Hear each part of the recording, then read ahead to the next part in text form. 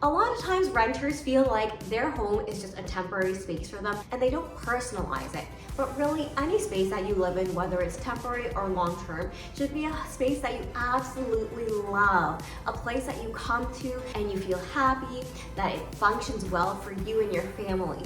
You spend so much time in your home creating memories, and it should be a place that not only is beautiful for you, but also, it's got the organization that you need, the storage, right? All the small things that really make your life better on a day-to-day basis. So today I'm gonna take you through 5 great ideas for renters that are possible on a very, very small budget. The very easiest way to update any space and make it something that fits your personality is with paint. Now, a lot of renters feel like they're hesitant to paint the walls because the landlord might not allow it. The best thing to do is to approach your landlord and understand what's allowed and what's not allowed. A lot of time landlords say it's okay to paint the walls as long as you paint it back to white when you're leaving. Or they might say, oh, you know what, paint it because maybe it actually will make your home look better and actually more appealing for the next renter when they're ready to leave. So if you've gotten the A-OK from your landlord to really spruce up your walls, the easiest thing you can do is paint it. Of course, you could just paint the walls a single color, which is,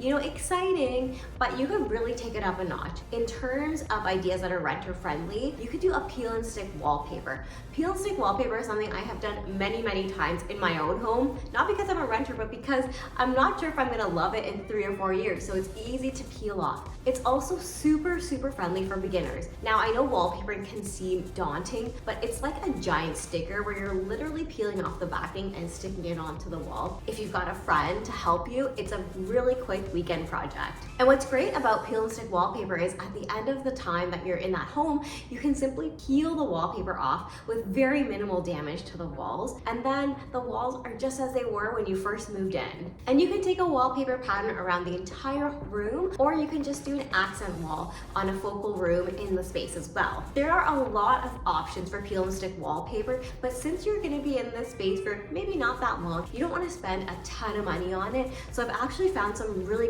great places that you can buy peel and stick wallpaper online, and then it's not that expensive, so that when you're leaving, you don't feel like you spent a ton of money on something you can't take with you to your next home. One other idea, if you can't find the peel and stick wallpaper that really suits your personality, you can actually do a stencil. So I've done stenciling in my upstairs bathroom, and it's also really, really budget friendly, and all you need is not even like paint from the paint store, because that can be a bit expensive. You just need craft paint. So you can go to the dollar store and get the paint, grab a stencil, and just do a really fun design. You can also do a lot to update your floors in a rental. So sometimes rentals can be really outdated with like linoleum flooring or really gray wood flooring. You can get peel and stick tiles. And again, this is something you want to clear by your landlord, because although peel and stick tiles are easy to apply, they're not as easy to take off when you leave. So maybe this is something you can do in collaboration with your landlord. Check with them and ask them, could I add this type of peel and stick tile to my floor? Because it might be a huge upgrade from what they already had. So they might actually be willing to let you do it. I've actually heard of a lot of landlords that have been open to these type of more semi-permanent changes as well. So I did peel and stick tile underneath my stairs in our little storage area, and I was so shocked at how easy it was to apply. You don't need any power tools. You're literally peeling off the backing just like we do for wallpaper, and you're sticking it onto the floor. When you need to cut any pieces around the edges, you just take a straight edge like an X-Acto knife and just cut them down. I've had them on my concrete floor, and I live in Canada where the winters can be very cold, and I've had them on my concrete floor for 3 years and not a single tile has peeled up. So this is not just like a great aesthetic change for short term, it could be something great long term as well. When you're in a rental, you might be wondering, how do I hang artwork or mirrors up on my wall? Won't they leave a giant hole behind? Well, you can get Gorilla hooks. Now these are really, really cool hooks because the hole that they leave behind is so tiny, but they can hold very strong weight. So you could add a gallery wall, and the holes are so small that when you pull out the hook, it just leaves a tiny hole and you can just buckle that up really easily. If you're feeling ambitious and your landlord's giving you some autonomy, think about what else you can do, especially in the kitchen. So the kitchen tends to be a major focal point in any home, and a lot of landlords have been really open to allowing people to paint the cupboards and change out the hardware.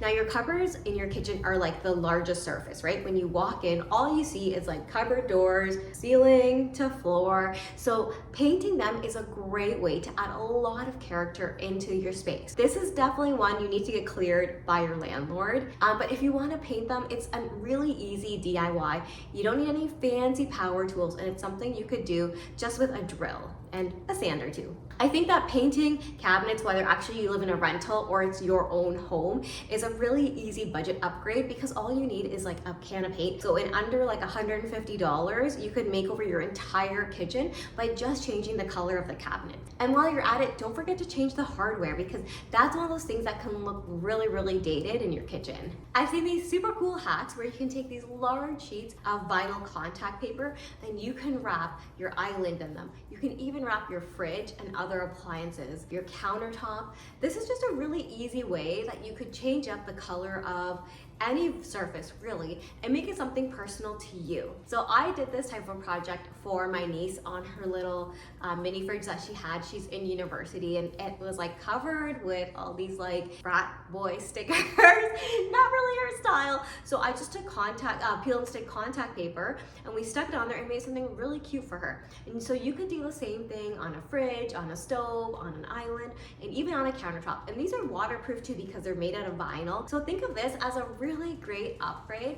And again, you can peel it off when you leave. Now, when you're peeling it off, make sure you use a blow dryer and you add some heat so that it peels off really easily without damaging any of that laminate surface or the stainless steel of the appliances. One way you can make your home function for you is with storage. So I have bought so many different unique organizers that have really improved the functionality of my home. Some of my favorite ones is like in my linen closet, I've got this door organizer, right? So maybe you're hesitant to put holes in the wall, but one way to organize is by using the back of your doors. I honestly have like something on the back of every single one of my doors. I've got hooks, or I've got a laundry bag, I've got a shoe cabinet. In our linen closet, I've got this little organizer that holds all extra paper towels and toilet paper rolls. So really think about different types of organizers that you can get, right? In your kitchen, you can add into the drawers, you can add a spice rack, right? That is so budget friendly, but it's gonna improve the function of your home. And if you move, you can just pull that right out and take it with you. Another organizer I love is underneath my kitchen sink. So that's a place where you just have to store a lot of like household cleaners, laundry pods, sponges. And I added clear organizers, and this just makes it so much more functional and aesthetic. And again, these are something that I can take if I move to a different home. So don't be shy to think about, small organizers that improve functionality that you can just remove and take to your next home. I hope this video gave you some great ideas on how to make your home function for you and be really beautiful, even if you're living in a rental. If you love this video, I've got lots more interior design and decor ideas on my channel, so make sure you give it a subscribe, and I'll see you next time, and we'll talk more about design and DIY.